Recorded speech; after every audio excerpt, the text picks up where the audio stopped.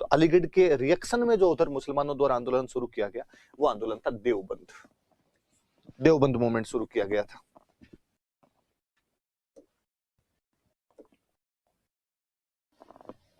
देवबंद आंदोलन शुरू किया गया।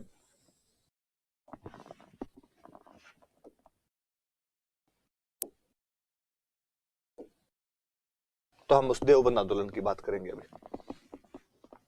1867 के अंदर 1857 की क्रांति के ठीक 10 साल बाद यह आंदोलन शुरू कर दिया गया था।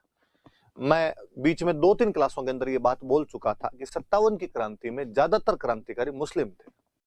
उसका कारण भी था कि अंग्रेजों का राज मुस्लिम शासन को समाप्त करके आया था, इसलिए उनको लगता था कि हमें अंग्रेजों का राज खत्म करके पुनः मुस्लिम शासन लाना है और बहादुर शाह जफर को हमारा मुगल बादशाह बनाना है।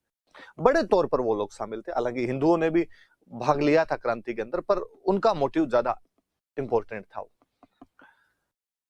57 की क्रांति विफल हो गई, लोगों के मन में रह गई वो जो कसक थी कि अंग्रेजी शासन को समाप्त कर देंगे और बहादुर शाह जफर का राज लाएंगे। यहाँ उल्टा हुआ, अंग्रेजी शासन और मजबूत हो गया। अब वो किसी कंपनी के हाथ में नहीं था, अब ब्रिटेन देश खुद हम पर राज कर रहा था और बहादुर शाह जफर को बेचारे को यहाँ से पकड़ के रंगून शिफ्ट कर दिया गया था। तो वे लोग जो 57 की क्रांति में अंग्रेजों के खिलाफ लड़ चुके थे, उनमें चूंकि अंग्रेजों के खिलाफ पहले से भावना थी और जब सर सैयद अहमद खान ने कहना शुरू किया कि हम अंग्रेजों के नजदीक जाएंगे, तो स्वाभाविक तरीका था कि वो लोग उसका विरोध करते। इसलिए देवबंद नाम के जगह से जो 1867 में आंदोलन शुरू हुआ, इसमें ज्यादातर वे लोग थे जिन्होंने 57 की क्रांति में भी भाग लिया था।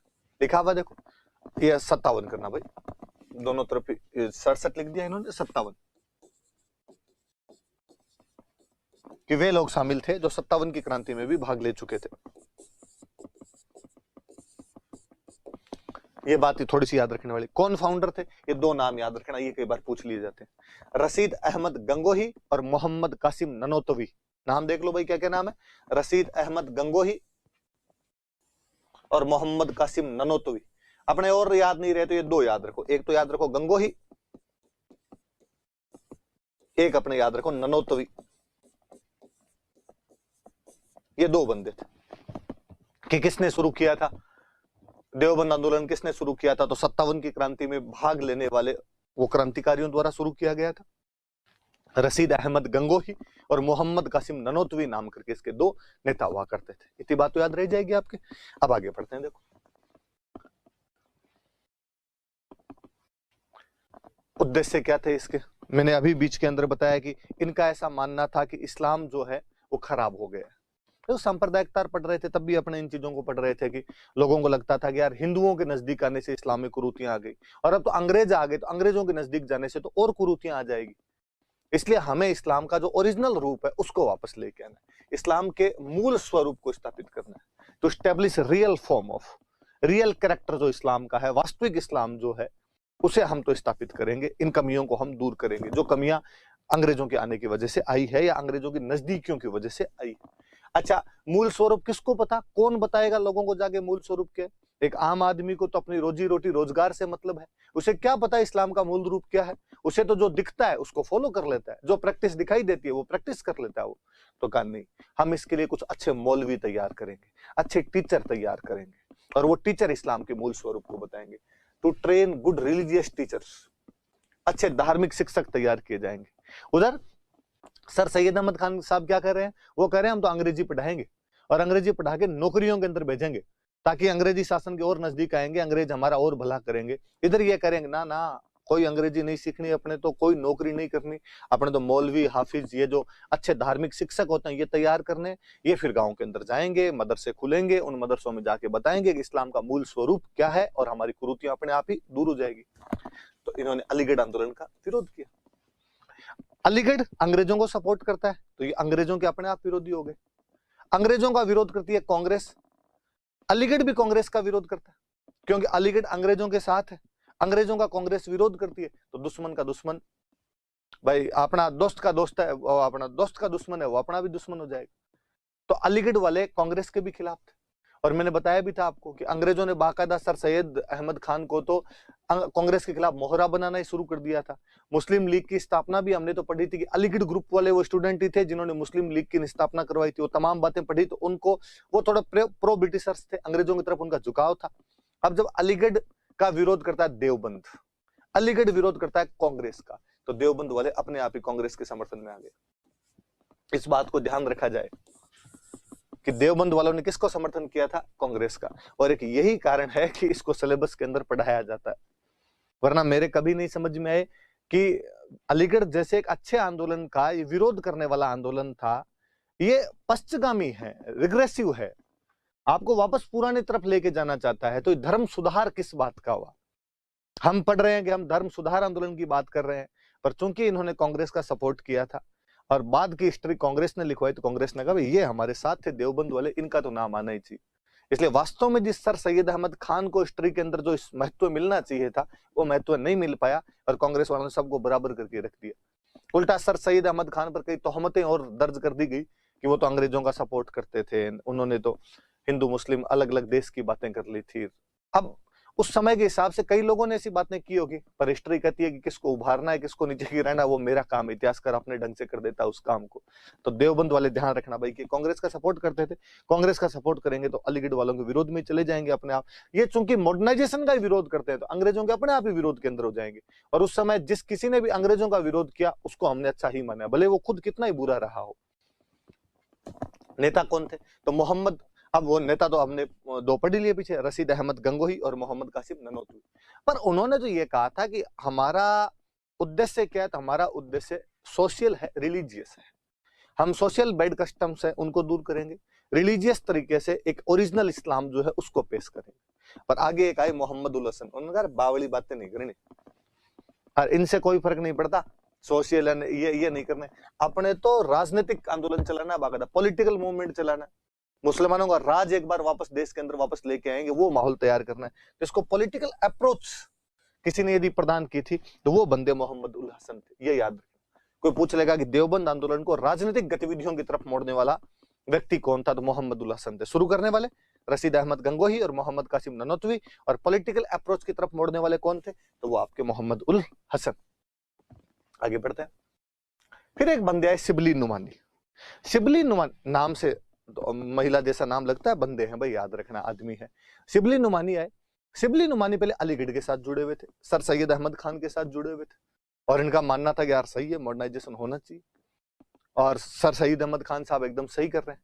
पर जब सर सैयद अहमद खान साहब थोड़े आगे बढ़े और उन्होंने ज्यादा एकदम मॉडर्नाइजेशन की बात की, अंग्रेजी शिक्षा की बात की, वैसी नौकरियों की बात की, पहनावा वगैरह की वैसे की बात की, तो शिबली नुमानी पीछे उनका ना ना ना, इतना आधुनिकीकरण भी नहीं भाई साहब, ज्यादा अंग्रेज नहीं बनने ही हूं अपने तो।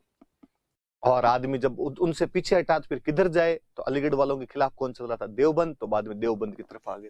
याद रखने वाली बात यही, एक व्यक्ति जो पहले अलीगढ़ मूवमेंट से जुड़ा था बाद में देवबंद से जुड़ गया, वह व्यक्ति कौन था? तो वह व्यक्ति शिबली नुमानी था। दोनों बातें लिखी हुई, पहले अलीगढ़ आंदोलन से जुड़े थे लेकिन बाद में देवबंद से जुड़ गए। चार नाम याद रखने। शुरू किसने किया? रशीद अहमद गंगोही, मोहम्मद कासिम ननोतवी। पॉलिटिकल अप्रोच कौन देता है?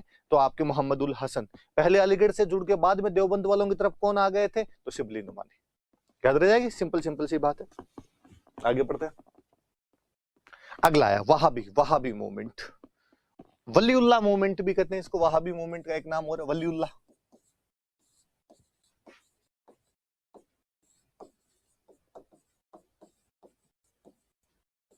वलीउल्लाह आंदोलन भी कहा जाता है, वहाबी आंदोलन भी कहा जाता है।